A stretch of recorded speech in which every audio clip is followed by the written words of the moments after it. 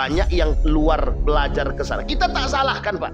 Tapi mereka yang belajar ke sana, sekulerisme, liberalisme, yang bawa balik ke sini itu mereka. Yang belajar ke Eropa itu. Salahkah mereka balik ke kampung mereka? Tidak salah. Yang salah kalau mereka bawa gaya berpikir yang liberal, yang sekuler, dari sana dibawa ke negara. Dulu pas pergi pakai jilbab, balik tak pakai jilbab lagi. Di sana itu biasa, Pak, begini. Di sana. Pertanyaannya itu bukan masalahnya di sana atau di sininya. Jilbab itu bukan persoalan budaya, tapi perintah. Artinya yang kurang siapa? Iman. A'udzu billahi minasyaitonir rajim. Bismillahirrahmanirrahim. Assalamualaikum warahmatullahi wabarakatuh. Alhamdulillahi rabbil alamin. Alhamdulillahilladzi an'ama bi ni'matil iman wal islam bihima tatimmus salihat.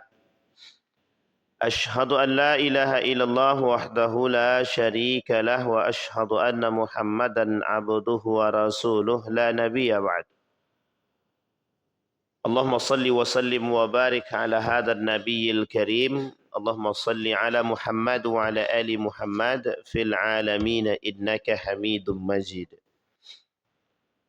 Ya ayuhan nasu attaqu rabbakumul ladzi khalaqakum min nafsin wahidah wa khalaqa minha zawjaha wa batha minhuma rijalan katsiran wa nisaa'a wattaqullaha alladzi tasaaluna bihi wal arham innallaha kana 'alaikum raqiba. Puji syukur kehadirat Allah dengan mengucapkan alhamdulillahi rabbil alamin. Berselawat kepada Nabi dengan mengucapkan Allahumma salli ala Muhammad wa ala ali Muhammad fil alamin innaka Hamidum Majid. Bapak Ibu sekalian yang berbahagia, mudah-mudahan di subuh hari ini Allah limpahkan rahmat dan keberkahan kepada kita semua.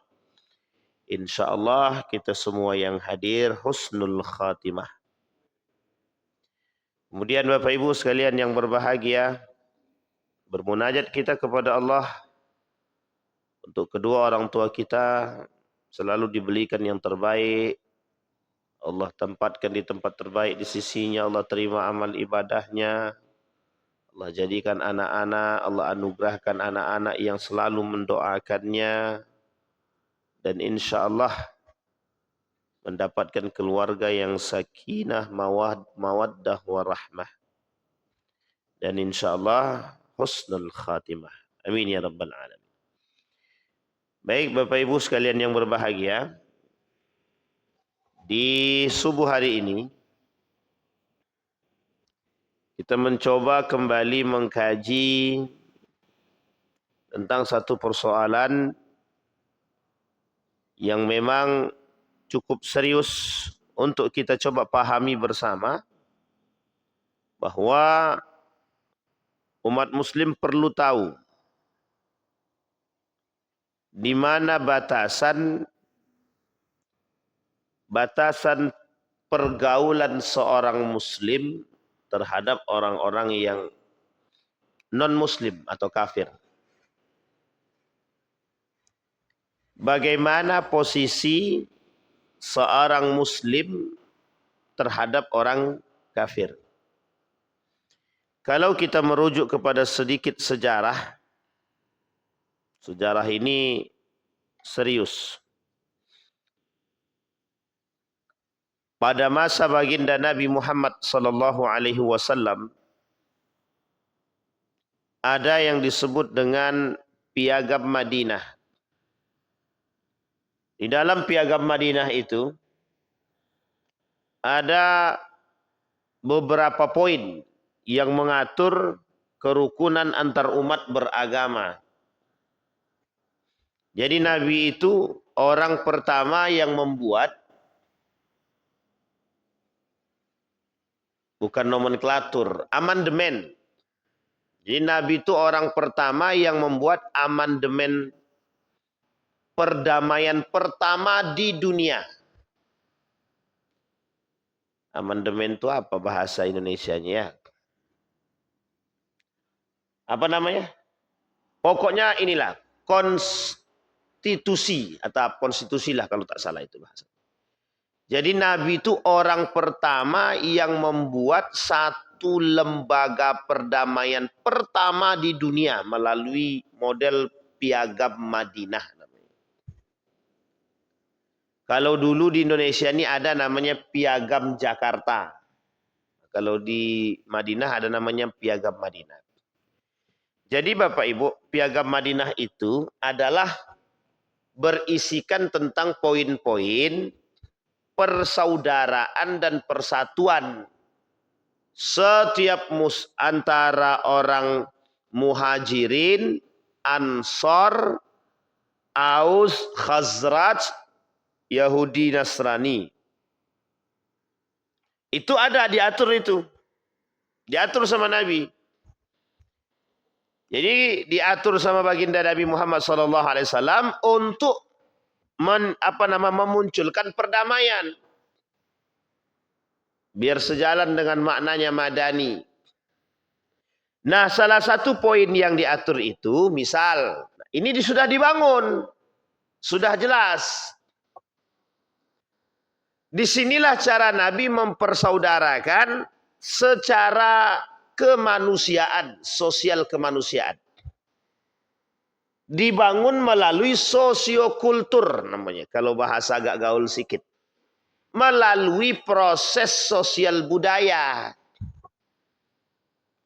Jadi sebenarnya kalau Islam diajarkan bagaimana berloyalitas, bermuamalah dengan orang kafir, Islam sudah punya.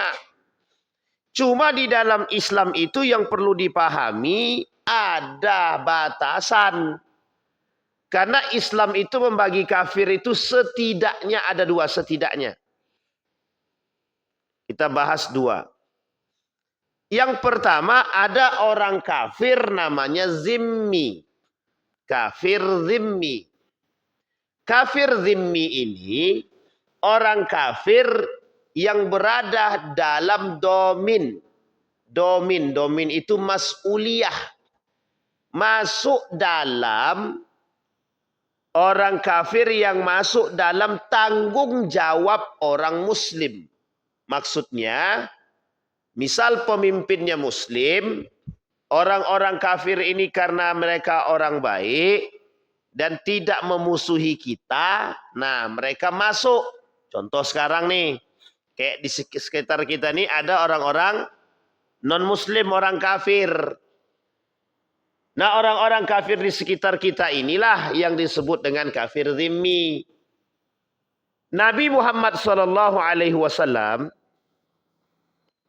mengajak umat muslim itu untuk saling menjaga dengan kafir zimmi itu. Maka disebutlah kafir zimmi itu kafir yang berada di bawah tanggungan. Jadi kata Nabi, siapa yang menyakiti orang kafir zimmi, dia telah menyakitiku. Termasuk sekalipun yang menyakiti itu adalah orang muslim. Contoh, ada seorang gubernur muslim dia. Rasis dia terhadap kafir zimmi, rasis terhadap kafir zimmi sebagai seorang yang minoritas misalkan. Maka kata Nabi, mereka telah menyakitiku. Itu tidak boleh. Gubernur rasis terhadap minoritas tidak boleh. Secara sosial kemanusiaan. Misal, di Indonesia ini, anggaplah di Pekanbaru, di Riau, Provinsi Riau. Gubernurnya muslim. Sembako yang dibagi cuma orang muslim semua aja. Orang kafir tak dikasih. Itu tak boleh. Karena ini urusannya sosial kemanusiaan. Dan orang-orang kafir itu yang zimmi tadi, yang berada dalam tanggungan tadi, mereka juga berhak mendapatkan itu. Bagian daripada Provinsi Riau. Nah, begitu dia membahasakannya. Tapi ada yang kedua. Ada yang kedua. Namanya kafir harbi. Itu juga dicontohkan sama Nabi. Contoh, kafir Quraisy. Orang kafir Quraisy yang berada di Mekah, itu kan mereka memerangi baginda Nabi Muhammad SAW yang ada di Madinah melalui beberapa perperangan. Satu di antaranya perang Badar, perang Uhud, dan beberapa perperangan yang lain. Perperangan-perperangan ini perperangan antar umat muslim dengan orang kafir. Lebih tepatnya kafir Quraisy. Yang sebenarnya masih berada dalam lingkup keluarga baginda Nabi Muhammad sallallahu alaihi wasallam beserta lingkup keluarga para sahabat. Hanya saja kenapa tetap dilawan dan diperangi oleh Nabi? Karena mereka memerangi umat muslim. Nah, setiap orang kafir yang memerangi umat muslim disebutlah sebagai kafir harbi. Bisa dipahami Bapak Ibu ya? Kafir harbi. Apakah sekarang ini ada Ustadz? Ada. Apakah kafir zimmi ada? Apakah kafir harbi itu sekarang ada? Dua-duanya ada. Misal contoh, ada umat-umat Nasrani sekarang yang pergi ke gereja, ke mana itu? Yang berangkat ke tempat vihara. Kalau mereka tidak memerangi kita dan mereka hidup masuk dalam lingkup orang-orang Melayu dan memang mereka terbiasa dan tinggal bersama kita, aktivitas bersama dengan kita, ini disebut dengan kafir zimmi. Orang kafir yang masih dibenarkan oleh baginda Nabi, kita bermuamalah dengan mereka, bersosial dengan mereka. Nah, misal, Bapak Ibu Idul Adha, di samping rumah Bapak Ibu ini kan Kristen, Buddha, Hindu misalkan. Mereka tidak ngapa-ngapa. Ya memang aktivitas hari-harinya bersama dengan kita. Nah Bapak Ibu Idul Adha dapat daging, mereka boleh dikasih. Boleh diberi. Siapa tahu masuk Islam deh. Kan begitu. Boleh, boleh.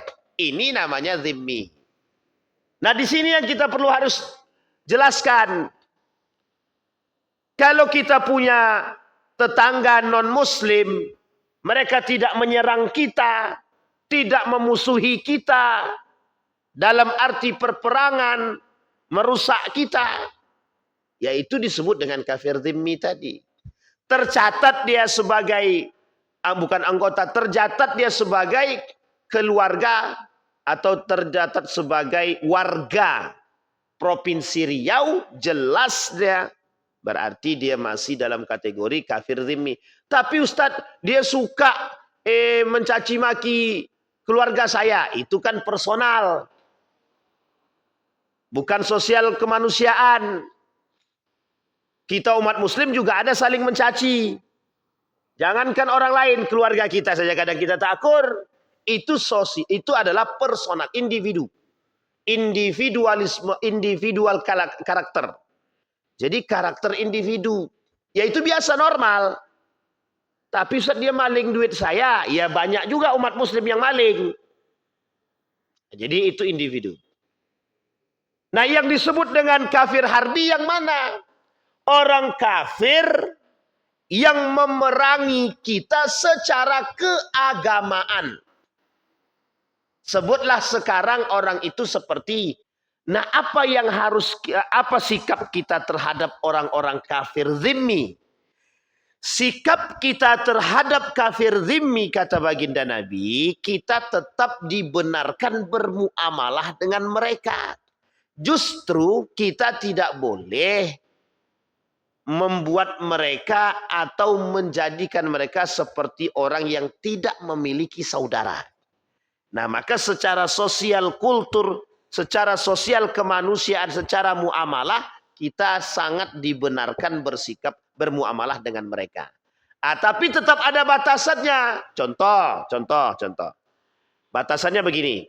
Misal, Bapak Ibu ada agama-agama tertentu yang memang mereka misalkan makannya daging babi. Kan kita umat muslim tidak.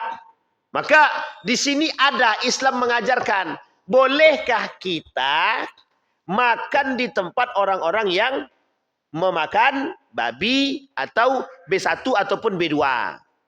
Boleh enggak? Itu Islam diajarkan. Islam mengajarkan hal tersebut. Bagaimana hukumnya? Ada batasannya, ada. Oh, ternyata Islam melihat kalau seandainya yang diberinya adalah kuaci, maka boleh dimakan. Tapi kalau yang diberinya adalah makanan yang memang berada dari tempat makan oleh Nabi, oleh para ulama, perlu dicari tahu.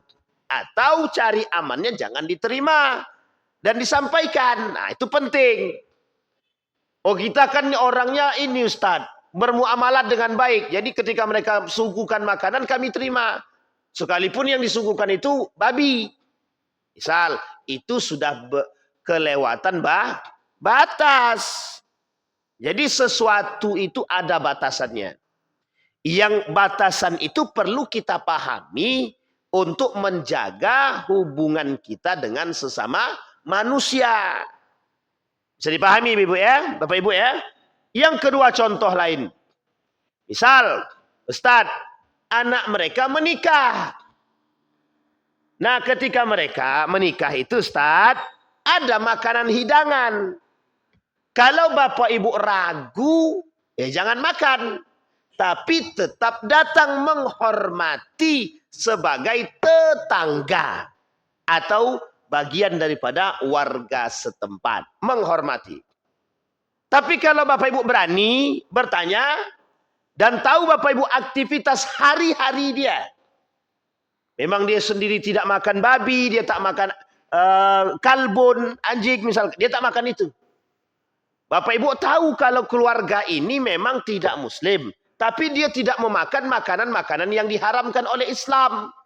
Bahkan mereka sendiri mengharamkan makanan-makanan tersebut bagi diri mereka. Dan Bapak Ibu tahu. Maka bagaimana sikap kita? Disinilah ada ikhtilaf para ulama. Satu di antara ikhtilaf tersebut, boleh saja kita makan bersama dengan mereka jika betul mereka kita tahu bahwa mereka tidak mengkonsumsi yang diharamkan oleh Islam. Terus mereka jualan Ustaz, boleh enggak kami beli di sana? Ya sejauh barang itu adalah jualannya kelontong, ya silahkan. Tapi dia jual kopi Ustaz, gimana? Ini banyak di Pekanbaru dan di beberapa daerah ini banyak ini Pak. Mereka non muslim, Cina, tidak muslim. Tapi jualannya apa? Kopi. Bagaimana umat muslim? Boleh enggak kita minum di situ? Ini heboh nih. Pada masanya kalau sempat saya haramkan nih mesti banyak yang menghujat saya nih. Kan begitu. Nah, ini ada poin lagi. Di sini juga ada pertimbangannya sama seperti yang tadi. Sama seperti yang tadi. Itulah yang disebut dengan bermuamalah dengan orang-orang non-muslim. Ada batasannya. Tapi ini adalah pada aspek muamalah. Bukan pada aspek akidah ataupun ibadah. Kalau pada aspek ibadah, ya Bapak Ibu tidak perlu. Misal, mereka beribadah ke tempat ibadah mereka. Diajak Bapak Ibu ibadah di sana. Kan kurang kerjaan itu namanya. Masjid kita ada, masjid ke masjid jarang, ke gereja ikut. Akan curiga kita. Bisa dipahami? Muslim, ke masjidnya jarang. Tiba-tiba ke gereja ikut. Dengan dalil, dengan alasan kita harus bertoleransi. Kita harus bermuamalah. Itu namanya kebablasan. Kita bermuamalah, bertoleransi. Kita berdamai. Kita bersahabat. Tidak harus mengikuti mereka beribadah di rumah ibadah mereka. Bisa dipahami Bapak Ibu? Karena Islam memberikan ada aturan kata baginda Nabi. Umat muslim tidak boleh masuk ke tempat Rumah ibadah orang-orang non muslim, itu batasan dalam ibadah. Lah bagaimana dengan akidah Pak Ustaz? Sama. Tidak ada toleransi dalam ibadah. Maaf, dalam akidah. Tidak ada toleransi dalam akidah. Ini dengan siapa? Kafir zimmi. Dengan orang-orang kafir yang sama dengan kita. Berada dalam tanggungan negara. Berada dalam tanggungan khalifah. Bisa dipahami Bapak Ibu? Lah kalau kami cuma pakai pakaian atribut, kan itu muamalah Pak Ustaz. Benar. Cuma oleh para ulama. Karena Nabi dalam hadisnya, orang yang memakai pakaian orang-orang yang bukan dari golongan umat Islam, sama seperti menyerupai. Nabi melarang. Itu hadisnya ada. Kata baginda Nabi, laisa minna man yalbas, bukan dari golongan kami, dari orang-orang yang memakai pakaian yang bukan pakaian umat Muslim itu. Saya lupa teks hadisnya seperti apa. Tapi yang jelas ada. Di dalam beberapa kitab itu saya pernah baca. Beberapa hari yang lalu saya baca itu. Nah Bapak Ibu sekalian yang berbahagia, ini batasan. Jadi dibatasi oleh apa? Dibatasi oleh urusan akidah, dibatasi oleh ibadah, dan kemudian muamalah. Loh Anda terserah. Mau main kelereng bersama boleh nggak? Boleh. Mau main batu domino bersama boleh nggak? Asal tidak judi. Jangan pula judi pula sama-sama. Ini muamalah. Misal Ustaz, kami ini Ustaz banjir. Jadi rumah yang dibantu cuma rumah kami Ustaz. Sementara tetangga sebelah karena dia kafir, orang Kristen, tidak usah dibantu Ustaz. Karena mereka itu bukan muslim. Itu salah kaprah itu. Itu salah itu. Jadi mereka juga punya hak untuk dibantu. Sama, itu kata Nabi. Orang yang kafir zimmi, yang menyakiti orang kafir zimmi, rasis orang-orang muslim ini terhadap kafir zimmi, mereka telah menyakitiku, kata Nabi. Itu poin pentingnya. Jadi tidak ada salah kalau kita bermuamalah dengan sesama muslim. Ini poin penting di situ. Disinilah cuma loyalitas kita dengan mereka tetap ada batasannya. Terutama dalam urusan yang paling penting, tidak ada istilah muamalah, tidak ada istilah toleransi, perdamaian dalam urusan akidah. Tak bisa. Yang kedua, dalam urusan ibadah. Juga tidak bisa. Bro, yuk ke masjid yuk. Nanti lo ikut kami sholat Jumat. Lah kalau mereka mau ikut ya terserah. Sebenarnya ngajak itu juga nggak baik. Ya kalau mereka mau ikut ya silahkan. Terus kemudian Bapak Ibu diajak. Ya udah nanti Minggu kau ikut saya ya. Kita ibadah di rumah ibadah kami. Itu nggak boleh umat Muslim. Nggak boleh. Ini bukan hanya persoalan akidah saja, tapi dalam urusan ibadah. Ya paham ya Bapak Ibu ya? Karena nanti kalau Bapak Ibu masuk ada pembaiatan. Nah Bapak Ibu mengikuti ibadah ritual mereka. Bisa dipahami ya? Ini tak boleh. Makanya Nabi juga ada dalam hadisnya itu melarang umat muslim masuk ke tempat ibadah orang-orang yang bukan atau agama-agama lain. Nggak boleh kita Bu. Bapak Ibu ya, kita nggak boleh masuk. Nah dulu Bapak Ibu, saya pernah ada cerita itu. Saya dulu pernah sempat itu masuk ke salah satu gereja yang ada di Yogyakarta. Hampir dibaiat lagi gitu. Nah, karena pembaiatannya itu ada model-modelnya lah gitu. Sayangnya Bapak Ibu, yang ketahuan itu kawan saya. Nah kawan saya ini sudah jenggotan, pakai celana cingkrang. Kan nampak betul itu kayak seperti orang muslimnya kan begitu. Akhirnya kita nggak jadi masuk, habis itu kita langsung keluar. Daripada dibaiat di situ, kan lain cerita itu. Nah ini poin penting. Ini kafir zimmi. Bermuamalah sama seperti kita biasa dengan sesama muslim, ada batasannya pada aspek akidah dan ibadah. Nah, kita nggak boleh mencampur adukkan, itu nggak boleh. Kita masuk ini nggak boleh. Maka kata Nabi, man tashabbaha biqaumin fahuwa minhu. Man amila sunnata bi ghairina fahuwa min. Laisa minna. Laisa minna man amila sunnata bi ghairina. La tashabbahu bil yahud wa la tashabbahu bin nasara, kata Nabi. Itu nggak boleh Pak, kita tinggalkan. Nah sekarang Bapak Ibu ada yang istilah nama kafir zimmi yang tadi. Nah sekarang bagaimana dengan kafir zimmi? Kafir zimmi, kafir harbi. Orang kafir yang memerangi kita. Yang mereka memang benci dengan Islam. Nah sekarang kita lihat. Apa hukumnya berloyalitas dengan musuh? Apa hukumnya membangun loyalitas dengan musuh? Pengkhianat. Pengkhianat. Jadi kalau ada umat mukmin loyal dia kepada orang kafir yang memusuhi muslim, berarti dia termasuk bagian daripada pengkhianat. Disinilah turun surat Al-Maidah ayat 51 sampai 53. Oleh para ulama dicari tahu, dijelaskan begitu detail. Apa contoh ayatnya? Ya ayyuhalladzina amanu. Ini sudah masyhur ini pada masa kasus Ahok ini. Sampai memasukkan Ahok ke dalam penjara. Nah ini penting Pak, karena kasus ini memang nyata. Lah ya dia tidak berhak kok untuk mentafsirkan ayat ini. Yang berhak itu umat muslim. Meskipun ada sebagian golongan di antara orang-orang muslim yang munafik, yang membela mati-matian. Apakah salah Ustadz ketika ada pemimpin dari orang-orang kafir? Pada masa Nabi pada masa dahulu pernah terjadi, Pak Ustadz. Jangan samakan kondisi dahulu dengan sekarang. Sosiokulturnya sudah berbeda, budayanya beda, kondisi masyarakatnya berbeda, karakteristik masyarakatnya berbeda. Dan tujuannya pun berbeda. Ya anggaplah ketika itu mereka juga memerangi kita, tapi ketika Nabi tidak mungkin pula Nabi kasih, sudah jelas dia memusuhi kita, kita kasih pula di tempat. Itu kan salah namanya. Salah kaprah itu nama itu. Ada orang kafir memusuhi umat muslim. Yang dimusuhi umat muslim. Dia punya program menghancurkan Islam. Kita kasih dia tempat duduk. Kira-kira makin dihancurkannya atau tidak? Jelaslah memang itu harapannya dan tujuannya itu.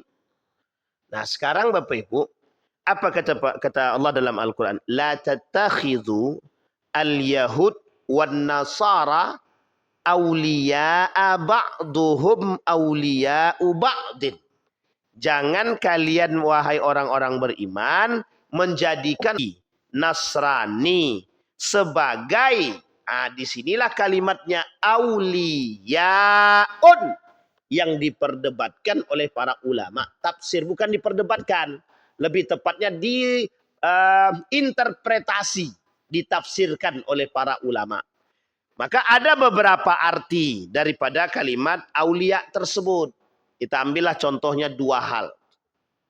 Yang pertama, arti aulia itu adalah pemimpin. Sebagian ulama termasuk dalam terjemahan Kementerian Agama. Al-Quran terjemahan Kementerian Agama. Itu mengartikan aulia tadi pemimpin. Nah, pemimpin. Sekarang kita lihat dulu ayatnya.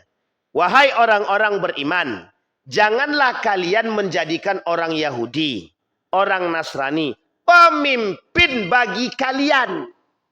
Bisa dipahami ya? Ini kalau dibahasakan, kan yang dilarang adalah Yahudi Nasrani. Sebenarnya ini kiasan untuk sebenarnya orang kafir. Nah pertanyaannya adalah, ini yang kafir yang seperti apa? Sehingga ini oleh para ulama dijabarkan.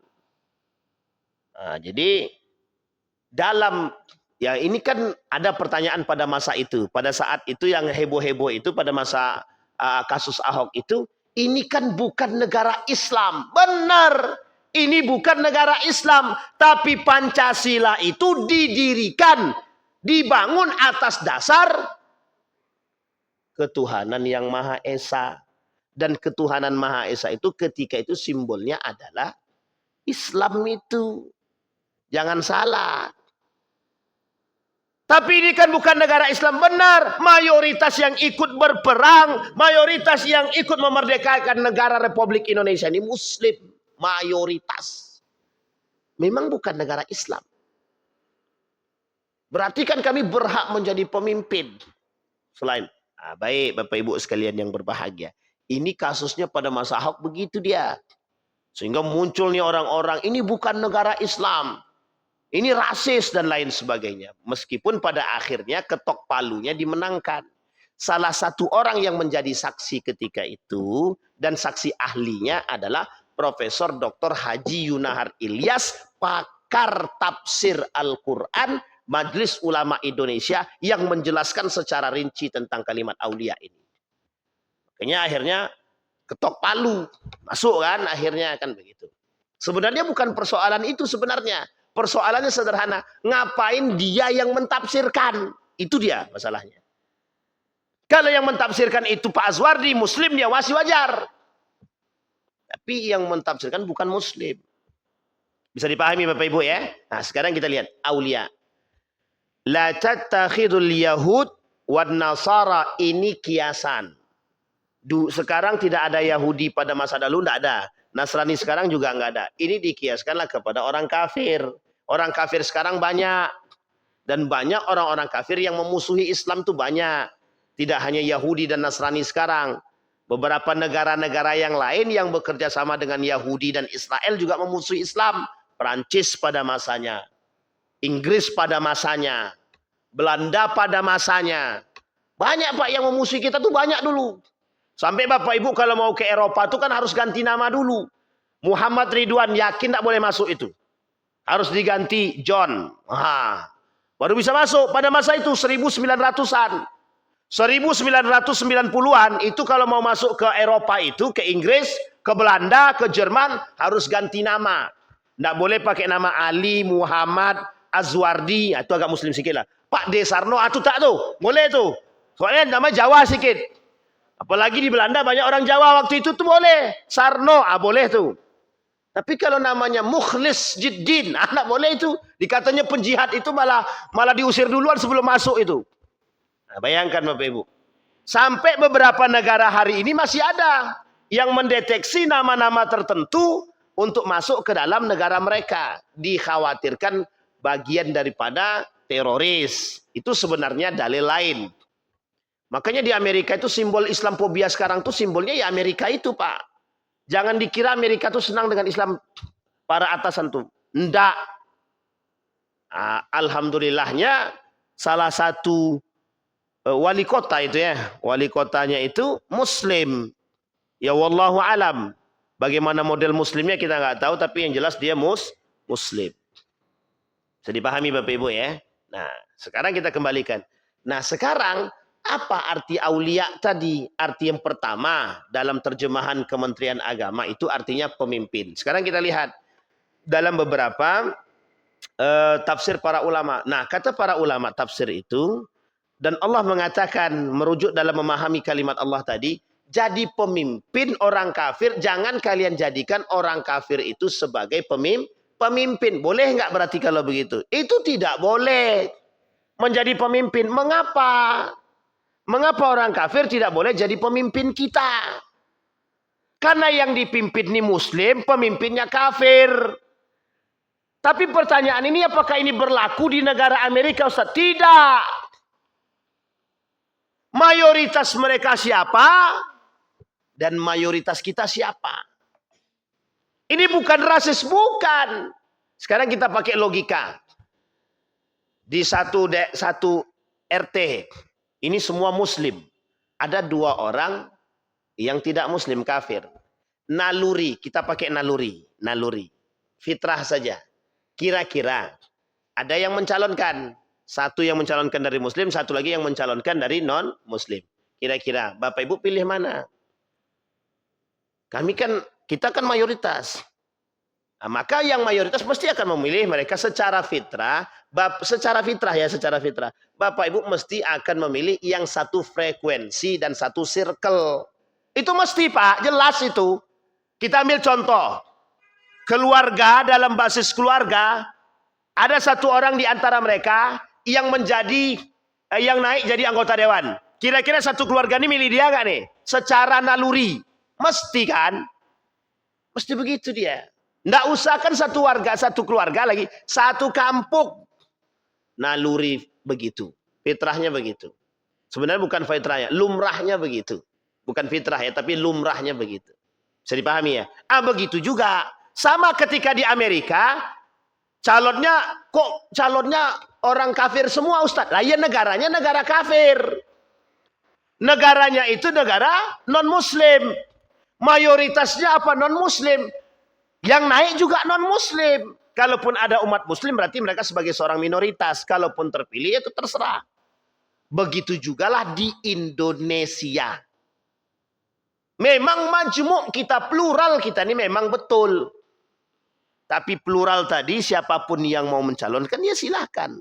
Cuma di dalam kepemahaman umat muslim, pemahaman umat Islam, pemahaman agama Islam, umat muslim memilihnya Nah, maka ada pernyataan begini. Bapak Ibu pilih mana? Umat muslim yang jahat atau orang kafir yang baik? Misal ada dua pemimpin, umat muslim yang jahat, seorang muslim tapi jahat dia, atau Bapak Ibu pilih yang orang kafir tapi baik. Nah, sekarang saya tanya, Bapak Ibu pilih mana? Pilih mana? Muslim jahat, kafir baik. Pilih mana? Itu pertanyaannya yang salah itu. Pertanyaannya yang salah. Itu pertanyaan yang menjebak, yang dibangun oleh kaum liberal untuk merusak pola pikir kita tuh begitu caranya. Muslim jahat. Kan begitu bahasanya. Kafir baik.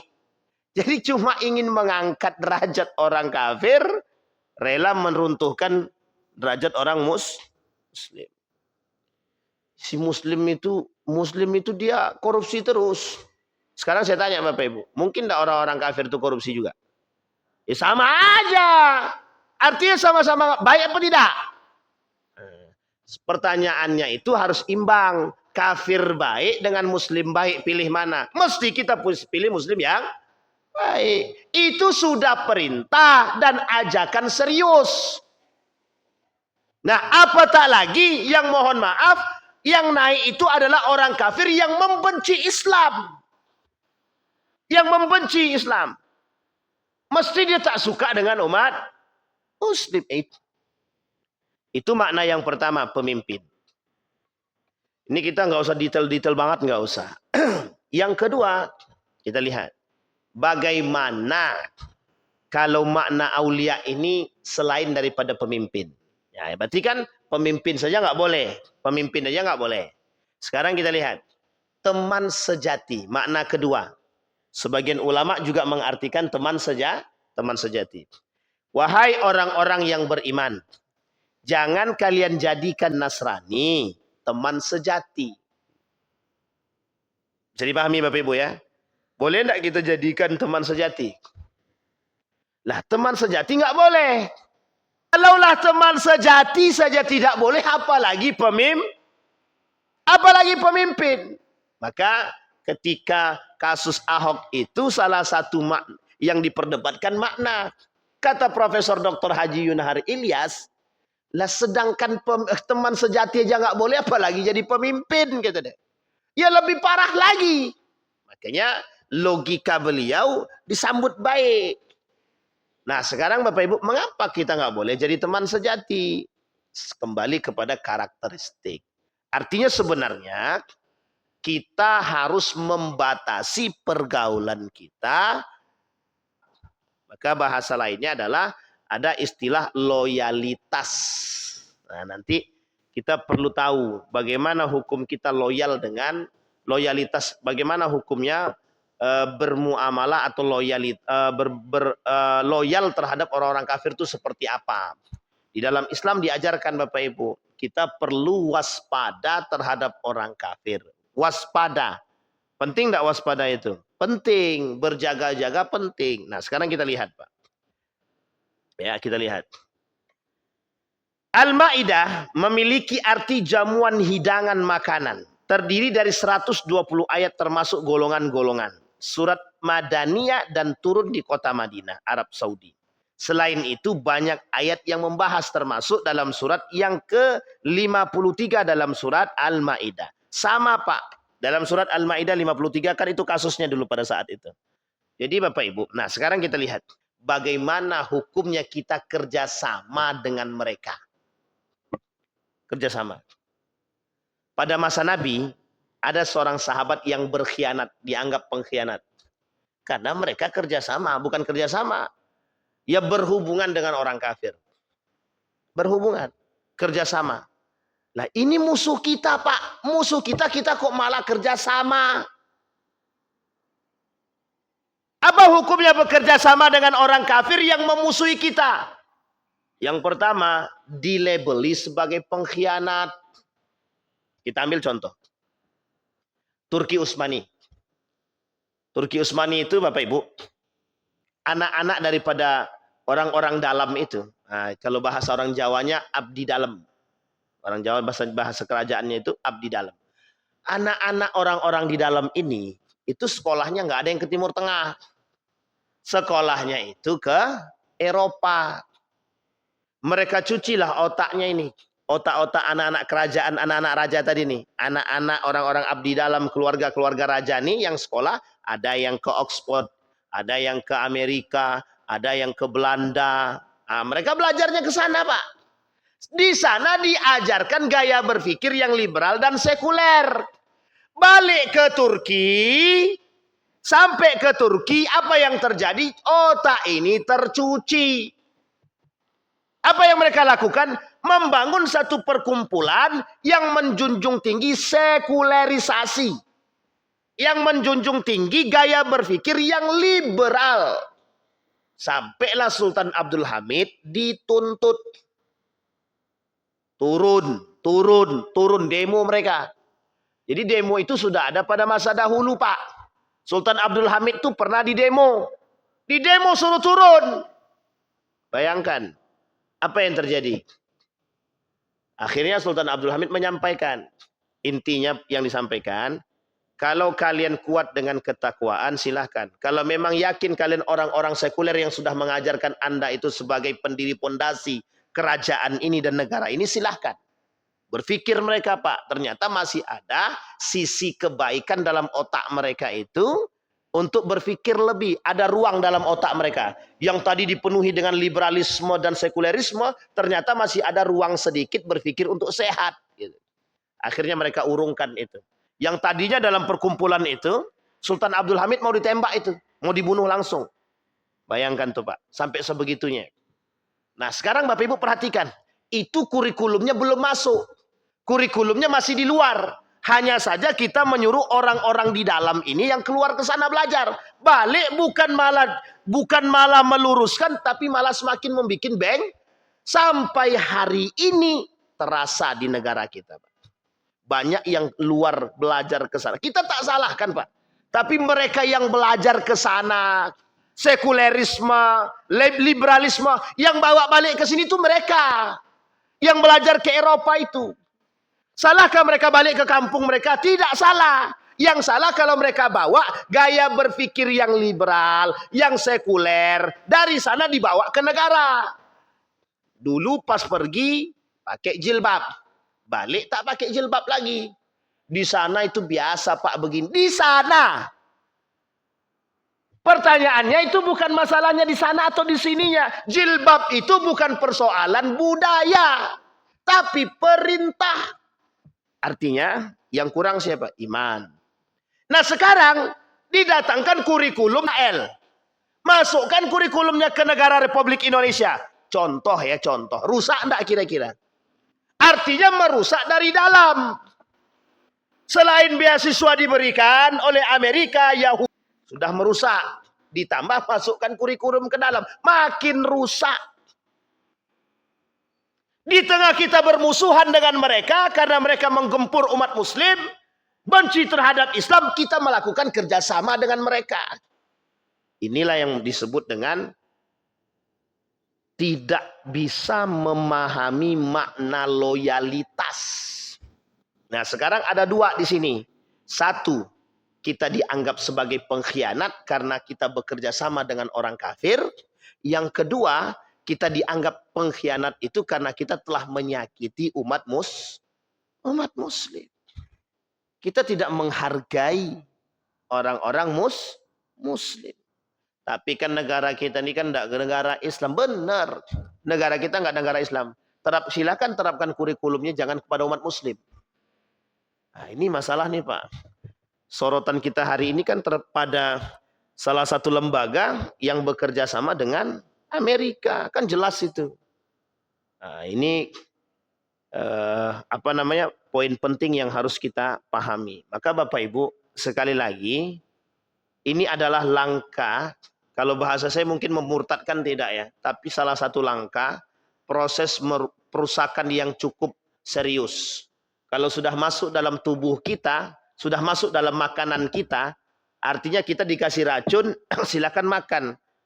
Mau tidak mau kita makan, mau tidak mau terpaksa kita makan. Maka cara makannya kan harus bingung juga kita makannya bagaimana. Tak dimakan kita mati juga. Nah, itu pandai-pandai Bapak Ibu. Kalau saya lebih baik tidak usah dimakan. Mati-matilah daripada penyiksaan hal tersebut. Artinya ini bahasanya begini. Jadi kalau kurikulum kita sudah mau diadopsi, ada video yang kemarin beberapa waktu yang lalu itu sempat viral, termasuk salah satunya profesor dari Universitas Riau itu pernah ngirim ke saya.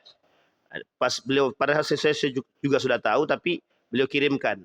Ada seorang utusan Donald Trump yang ingin memasukkan model kurikulum itu dari sana masuk ke Indonesia, mau dimasukkan. Oh, itu makin parah kalau kita tidak antisipasi, Pak. Tapi model program kerjanya kan sudah jelas. Nah, itulah makanya mohon maaf kita sebenarnya termasuk orang yang tidak sepakat ketika Kementerian Agama termasuk ketika itu yang melakukan kerjasama dengan Amerika dalam urusan pendidikan. Salah itu. Nah, Bapak Ibu sekalian yang berbahagia, bisa dipahami Bapak Ibu ya. Ada istilah al-wala wal bara. Bagaimana sikap kita, loyalitas kita terhadap orang kafir yang memusuhi kita.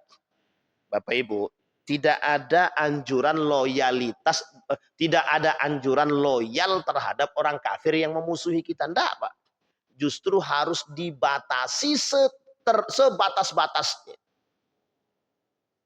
Nabi pada saat perang Bir Maunah itu utusan Nabi dibunuh di tempat.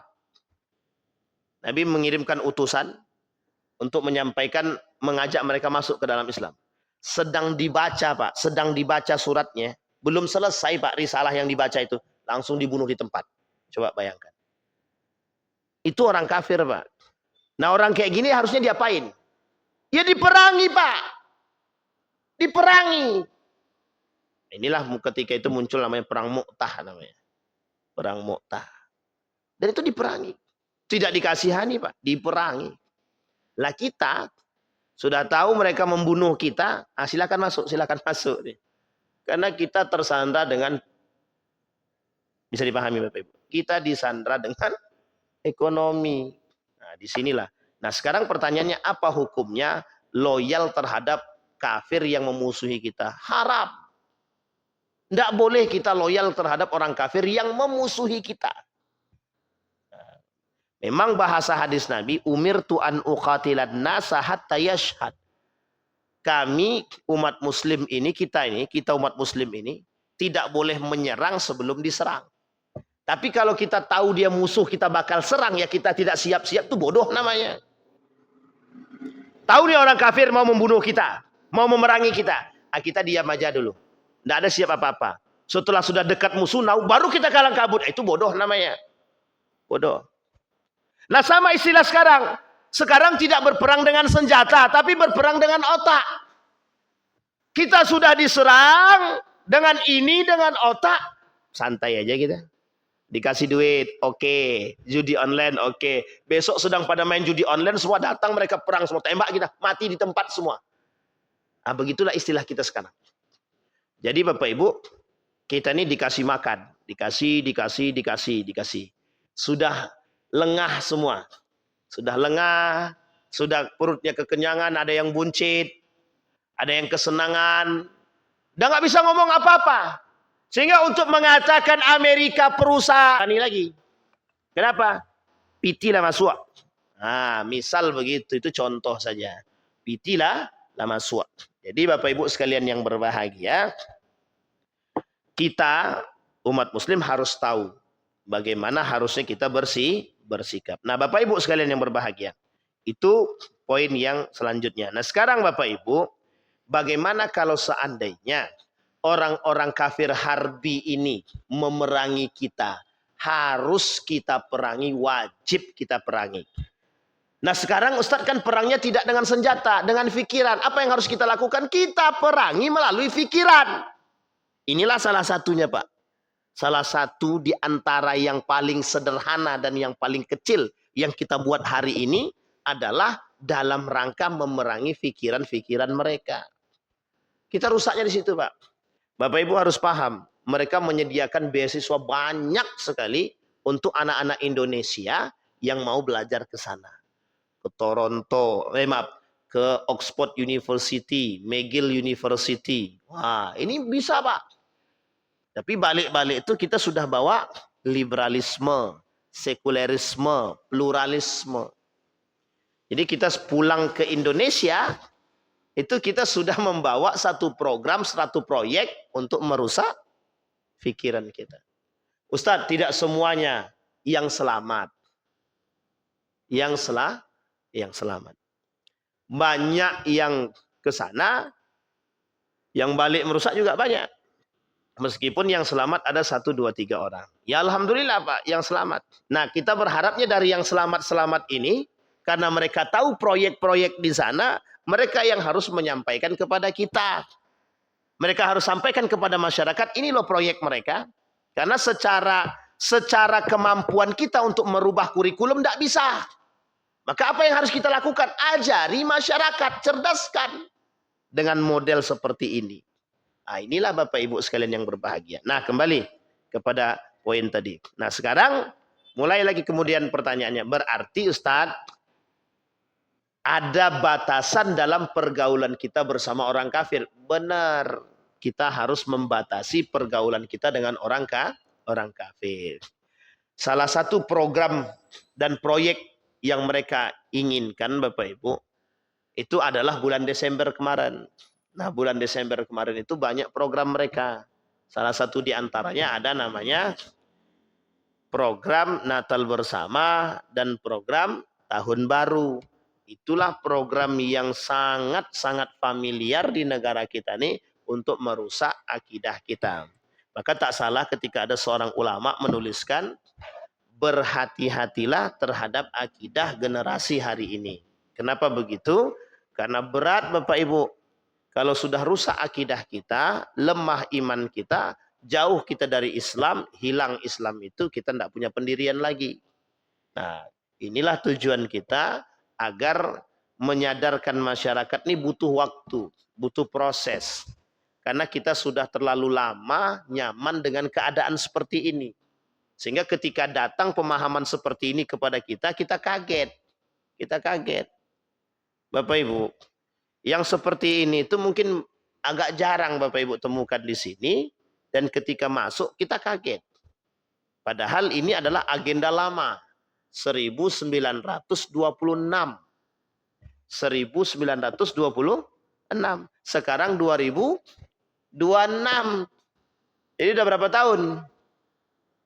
Berapa tahun tuh? 1926, 2026 berarti sudah 100 tahun. 1 abad. Sudah 1 abad. Jadi kita dijajah ini sudah 1 abad. Nah, mau berapa abad lagi kita mau dijajah? Kan begitu bahasa kita sekarang. Baik, Bapak Ibu sekalian yang berbahagia. Ada pertanyaan Bapak Ibu? Tidak ada, Alhamdulillah. Ini berat kali Ustaz. Tidak. Inilah batasan dan loyalitas dalam bermuamalah.